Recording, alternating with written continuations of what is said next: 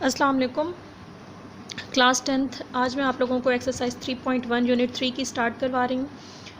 Last chapter जो 10th class के upload हैं वो स्मार्ट सिलेबस के अकॉर्डिंग है। चैप्टर नंबर 1 तो फुल अपलोड हुआ है, लेकिन चैप्टर नंबर 2.3 से ऑनवर्ड स्मार्ट सिलेबस के अकॉर्डिंग है, क्योंकि लास्ट ईयर आप लोगों का स्मार्ट सिलेबस था।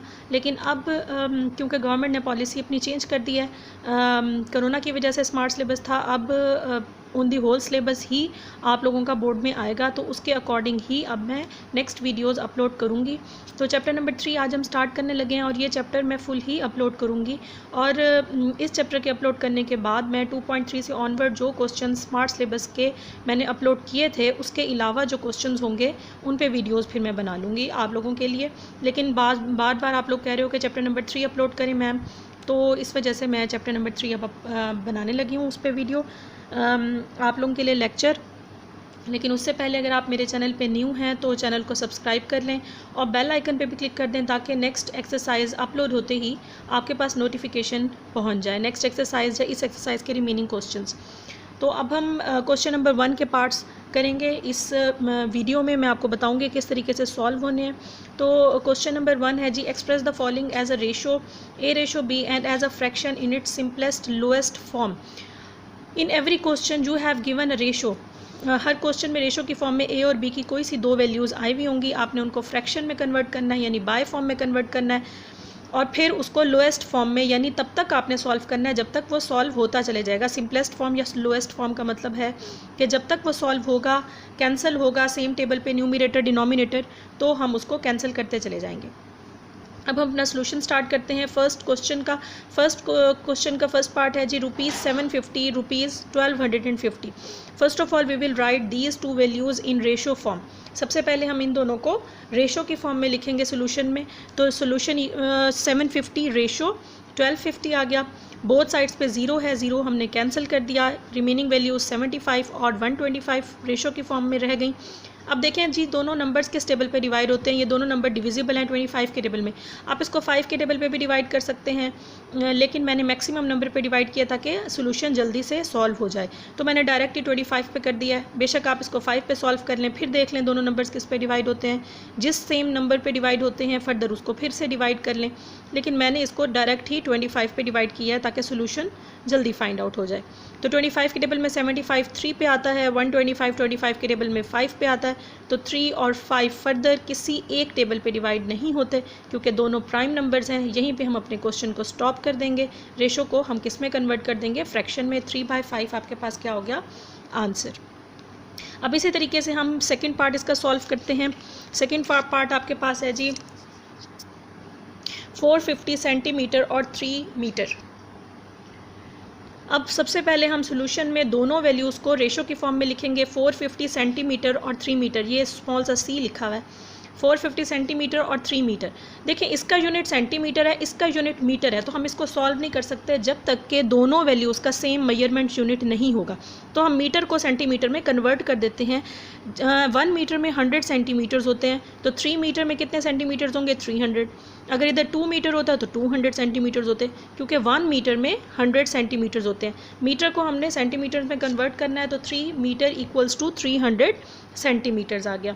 ये 450 सेंटीमीटर में ये वैल्यू गिवन थी, तो मैंने इसको एज इट इज़ ही 450 सेंटीमीटर ही लिख दिया। बोथ साइड्स पे 0 है, 0 0 से कैंसिल। 45 और 30 रेशो की फॉर्म में, both numbers are divisible on table of 15। बेशक आप इसको 3 पे डिवाइड कर लें, 5 पे डिवाइड कर लें, आपकी मर्ज़ी है। मैंने डायरेक्ट ग्रेटर नंबर पे किया है। 15 के टेबल में 45 3 पे आता है, 15 के टेबल में 32 पे आता है।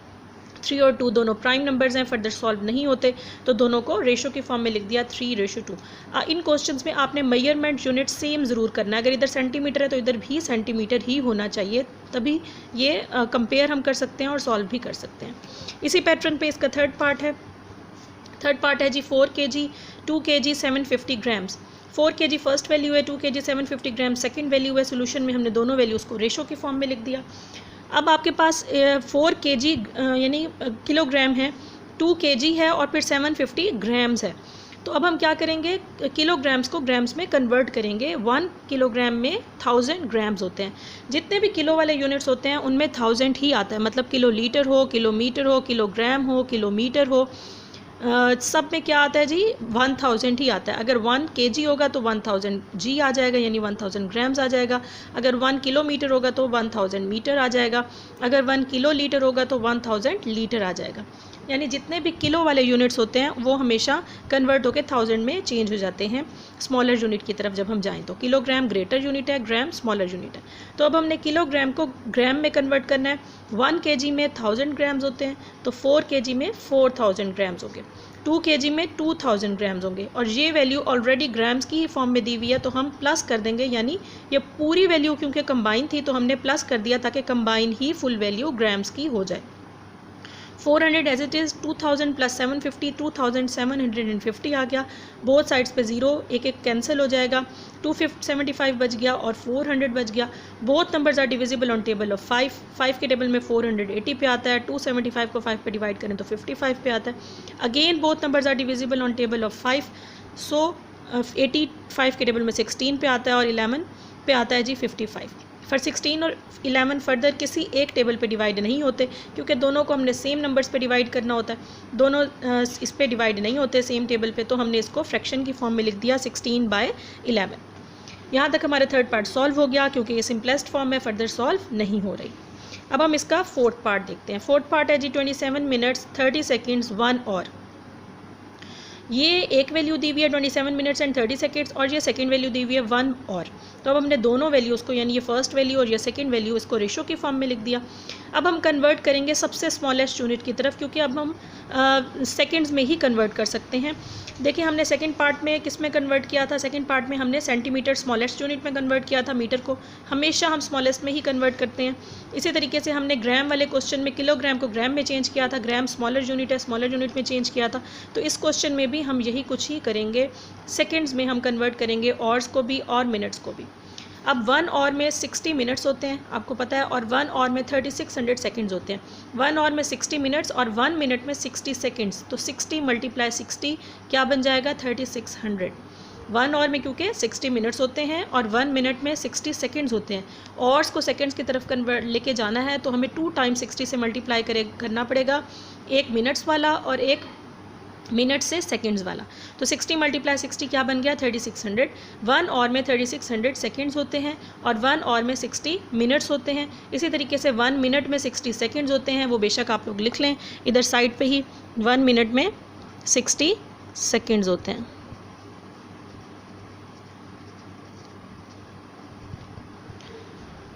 वन मिनट में 60 सेकेंड्स। अब आप कन्वर्ट कर देंगे जी, 27 मिनट्स हैं आपके पास, तो हम इसको 60 सेकेंड में कन्वर्ट करने के लिए 1 टाइम 60 से मल्टीप्लाई कर देंगे। 30 सेकेंड्स ऑलरेडी सेकेंड्स की फॉर्म में है तो ये कंबाइन हो जाएगा क्योंकि प्लस कर देंगे हम, इसीलिए 1 आवर में 3600 सेकेंड्स होते हैं, तो मैंने वैसे ही लिख दिया।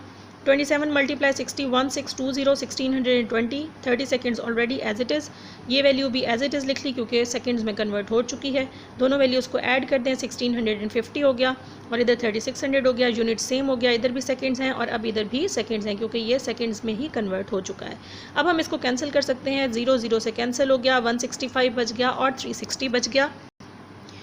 165 और 360 को 5 के टेबल पे डिवाइड करेंगे, बोथ नंबर्स 5 के टेबल पे डिवाइड होते हैं। 33 आता है 165 को डिवाइड करके और 72 आता है 360 को डिवाइड करके।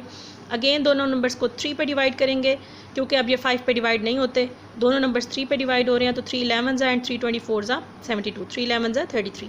फर्दर 11 और 24 सॉल्व नहीं होते, यही इसकी लोएस्ट फॉर्म है, सिंपलेस्ट फॉर्म है, यानी सबसे कम से कम जितना हम सॉल्व कर सकते थे हमने कर लिया। कम से कम नहीं, ज़्यादा से ज़्यादा जितना सॉल्व कर सकते कर लिया, ये इसकी शॉर्ट फॉर्म बन गई है। इसको फ्रैक्शन में लिख देंगे 11/24। लास्ट पार्ट है जी 75 डिग्री एंड 225 डिग्री। दोनों वैल्यूज़ को हमने सोल्यूशन में अपने रेशो की फॉर्म में लिख दिया। ये जो सेंटर में सिंबल है ये रेशो का है, दोनों की यूनिट सेम है, डिग्री है, टेम्परेचर यानी इसका मतलब है मेंशन किया हुआ है। कोई किसी चीज़ को कन्वर्ट करने की ज़रूरत नहीं है, जस्ट हम दोनों वैल्यूज़ को डिवाइड कर देंगे। तो दोनों वैल्यूज़ 5 पे डिवाइड हो रही हैं, 5 15s 75 और 5 45s 225। अगेन दोनों वैल्यूज़ जो हैं किस पे डिवाइड हो रही हैं, 5 पे भी डिवाइड वैसे हो रही हैं, लेकिन मैंने डायरेक्ट ही बड़े नंबर पे कर दिया है 15 पे, तो 15 1s 15 एंड 15 3s 45। 1 और 3 फ्रैक्शन की फॉर्म में लिख के क्या आ जाएगा answer 1/3। Hope so first question के ऑल पार्ट्स आपको इजीली समझ आ गए होंगे। मेरी नेक्स्ट वीडियो में मैं इसी एक्सरसाइज के क्वेश्चन नंबर 2 के पार्ट्स सॉल्व करूँगी। तब तक के लिए अल्लाह हाफिज़ एंड कीप वॉचिंग।